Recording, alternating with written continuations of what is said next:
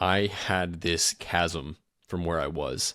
I was running this wedding video agency. I was feeling extremely unfulfilled, and I didn't know what to do. I didn't know what the next step even was. So there was a time period where I had to decide that I'm no longer doing the thing that I'm doing in order to actually move forward. I really boiled down my entire year into three main lessons, and I want to share them with you. So let's get into it, I suppose. I think the first lesson of 2024 that really is stuck with me is patience. First, I started a new business last year, and by starting a new business, it required me to not make money for a very long period of time. It required me to shut down a thing that was working, quote unquote, and it required me to basically just sit in the discomfort of having no money and also having no plan for a long period of time. And I started realizing, especially while I was on my trip, when I went out to Colombia, truth be told, I didn't have a lot of money saved up. But I had bought the plane tickets and the Airbnb months before that, so I wasn't about to cancel my trip. When I went out to Colombia, I was fortunate enough to connect with some entrepreneur groups, some people who were doing the same thing as me, and I felt this strong desire and need to make money. I'm around all these people, I need to make money, right? And I was realizing how much that was hurting me. It wasn't actually allowing me to make long-term relationships because I was thinking about how much money I can make right now, today.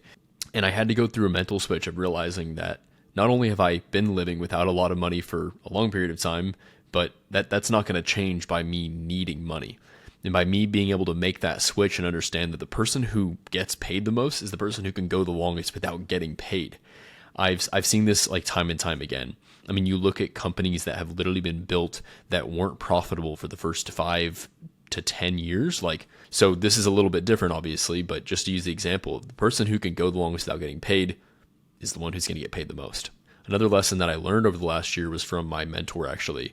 And he basically explained that these ideas of how we should get paid, like in a per month kind of thought or a per week kind of thought, it doesn't really work for us as entrepreneurs because we are entrepreneurs. We're not 9 to 5 people who have a consistent recurring paycheck. So by thinking about per month in your business, what happens is you're starting to use 9 to 5 kind of frameworks to try to fit it into our world, which the entire point of being an entrepreneur, at least from my perspective, is to not have those frameworks. So why would we get paid the same way? So taking away this whole I need to get paid every month kind of thing actually was the most advantageous thing for me, because I was able to go months without getting paid and then realize, oh, this is okay. I'm not going to die because I can get paid a bunch of money all in 1 month and survive for 6 months with that. That's the reality of being an entrepreneur. If you're not a 9 to 5 worker, why would you get paid like one? Now, what did this actually do for me? Well, while I was in Colombia, I managed to get 3 new clients from people that I'd met in person. And all 3 of these agreements are percentage-based or performance-based kind of agreements. These are long-term relationships. These are not one-time, hey, pay me a bunch of cash and then I'll see you later kind of things. I'm literally getting a percentage of sales or of the project, whatever it was, in order to work with these different people. So I had to let go of this idea of getting paid right now in order to do that. And as you can imagine, that's going to turn into way more money in the long term for both myself and the clients that I have. So I think that's going to be one of the big changes that I'm going to make this year, is switching more to partner or percentage of sales, performance-based kind of work. Because in the end of the day, if I'm actually getting good results from my clients, there's no reason why I shouldn't take a percentage from that rather than getting some expense every month that they have. So that's something that I'm switching to this year. And it's something that I did with all 3 of these new clients. And I just think that it changes the dynamic of business entirely, because now I'm no longer a vendor, I'm a part of this business. And I think that that's just extremely different and something that I'm really enjoying so far. Now, the reason why I said patience is because I had this chasm from where I was. I was running this wedding video agency. I was feeling extremely unfulfilled, and I didn't know what to do. I didn't know what the next step even was. So there was a time period where I had to decide that I'm no longer doing the thing that I'm doing in order to actually move forward and be kind of in a place to accept a new possibility, a new type of business. And that chasm was painful to sit in because I sat in that for a long time. And honestly, I still feel that I am in that, even though I am finally starting to get clients and make money in this new business. I still feel that I'm kind of discovering what it is that all the skills that I have developed best coincides with the market. And that's kind of what I'm trying to discover. And I'm doing that actively whilst working with clients. I don't think that that is something that I have to like wait on in order to make money. So I'm basically getting paid to learn right now, paid to try things, paid to test things. Now, the second biggest lesson of the year was commitment. So this applies to a lot of different things, but a direct example was actually committing to one woman. So when I went out to Colombia, my girlfriend came with me and I actually proposed to her. So I'm now engaged, and committing to one woman is just it's an example. For instance, committing to one person and choosing one person, it requires you to get creative. And I kind of like this saying. I read this from Grant Cardone in one of his books. He says, creativity follows commitment. It's not the other way around. It's not like, oh, we'll figure it out, and then commit to it. It's you have to commit and then everything falls into place. And that was just one example. And I'm going to tie this all back in and you'll see why this makes sense. But I also, the day before I made my commitment to her, I also made my commitment to fully shut down my old business. Now, if you remember from one of my last videos that I made, I mentioned that I was bringing in an operator to help me run my wedding video business. And I talked with my friend, and after, a few months of working with him on that, we decided to shut it down entirely, because trying to run two businesses sounds like a great idea in theory, but if it's not running like by itself and actively generating leads and doing all the things it needs to do in order to sustain itself, it's not really something that can run on its own. And to be honest, I didn't really want to deal with it. Like, it's not something that I wanted to keep running. So we had that conversation and we decided, yeah, this doesn't make sense, because I could be having him work with me on my new business rather than having him run some business on the side that makes way less money and isn't fulfilling to us at all. So we made that commitment. We were like, you know what? We're done with this. Let's complete the contracts we have, but we're done. And then one day later, I made that commitment to her, and no, I didn't plan it. That's not really how I roll. I kind of just like do things. And the interesting thing was, the instant that I made those commitments, my new business started to flourish. All the people that I'd been talking to, the potential leads and stuff, everyone was like, yes, let's work together. I met a bunch of new people, and that's how I got those new clients whenever I was out there. Like, everything just started moving the instant I made that commitment. I decided, yep, I don't need these things anymore. This is what I'm doing. This just kind of taught me that you can't be half in on anything, because you only have so much mental capacity. So what I've learned from this is that, well, if you're all the way in on something, things tend to work. I mean, that's always how it's been for me. When I was in high school, I started this video business, and that was just all I thought about. That's all I did. And well, I'm still here. I'm still making videos professionally in some capacity. And the last lesson, and honestly, this might be the most important, is just acceptance. And that goes for a lot of things. The first one is that I'm just a fucking weirdo, and I'm finally coming to understand that. And thank God I'm a weirdo too, because I think it's actually helping me so much in my business and my life. Leaning into who I am has been the craziest, weirdest thing. Just leaning into who I am in so many ways. So I just want to give an example.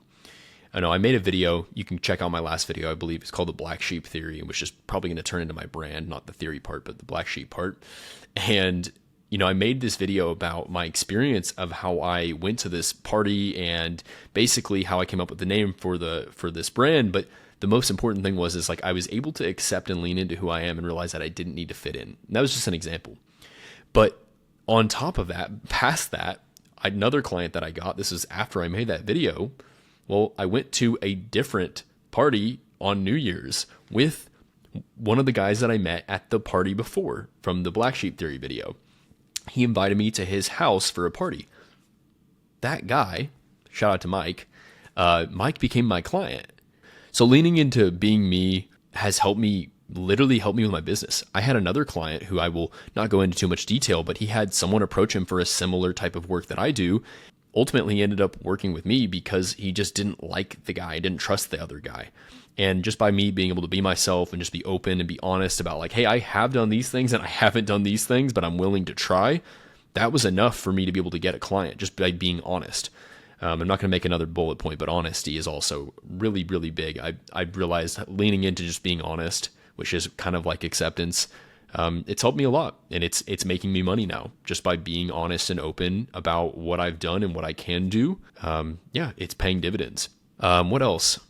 So there's multiple examples of where just like being myself has actually been helping me grow my business. And even in the way that I proposed to my partner was, I had this thing where I was like trying to figure out what to do because I don't plan anything. And I was like, okay, I got to figure something out, right? Like, and I started almost like Googling stuff, like what should I do and this and that. And I realized how stupid that was. Like I realized while I was doing it, I was like, this is so dumb.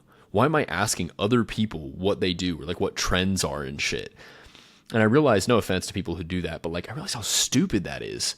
I was like, why would I not just ask myself, like, what fits me? And that's what I ended up doing is I ended up asking myself, well, what would I do? And I didn't know the answer to it. And the answer came up later in the day, and it was, well, I would just do it off rips, and I would speak from my heart, and I wouldn't plan anything. And so that's what I did, and it felt like me, and we both loved that. So just everything has been all about acceptance and leaning into who I am. Now, that's not an excuse for me to be like a lazy sack of shit and just be like, well, that's just who I am. But like just being able to lean into my strengths and my taste. I think that's more so what I'm saying. Like, what do I like? What things matter to me? This applies to my work. This applies to the videos that I'm making. This applies to the clients that I'm working with. So all these things apply across the board. I have to keep saying the work and life thing, but it's all connected very heavily. I'm just looking at my notes here. I wrote down a couple things. This is a few weeks ago when I wrote this down, but extraordinary is not ordinary is what I wrote, which is kind of cheesy and corny sounding, but it's like, if you want to be extraordinary, you want to be different, you want to be amazing, you're going to be weird. And that's okay. Like lean into being weird. That's what I'm suggesting. If you're a business owner, like lean into who you are, lean into your story, lean into your tastes, lean into what makes you you, because the weird things that make you you is actually what makes you stand out in the marketplace. This is what I'm helping my clients do, is literally lean into who they are with their own stories to stand out in the marketplace and attract all the right people and make a bunch of money, right? Wonderful stuff. But it's great because there's nothing that you need to do beyond shine the light on what's already there. It's extremely simple. And I also have come to see, you've probably seen this too, like look at all the greats out there. They're all fucking weird. People are on the news for saying crazy stuff, but it's just like people that are great are weird. That's the reason why they're great, because they're different. So I'm suggesting, yes, we lean into that. And with all this to say, the best part is you control who you become. So why would you be normal? Because normal never achieves anything.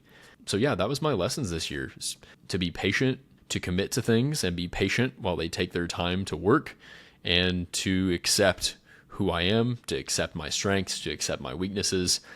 Those are my 3 lessons that I've learned this year. And honestly, I think that 2025 is going to be a lot better now that I've learned those lessons. And I'm sure in a year from now, I will be able to revisit these things with a whole new set of lessons.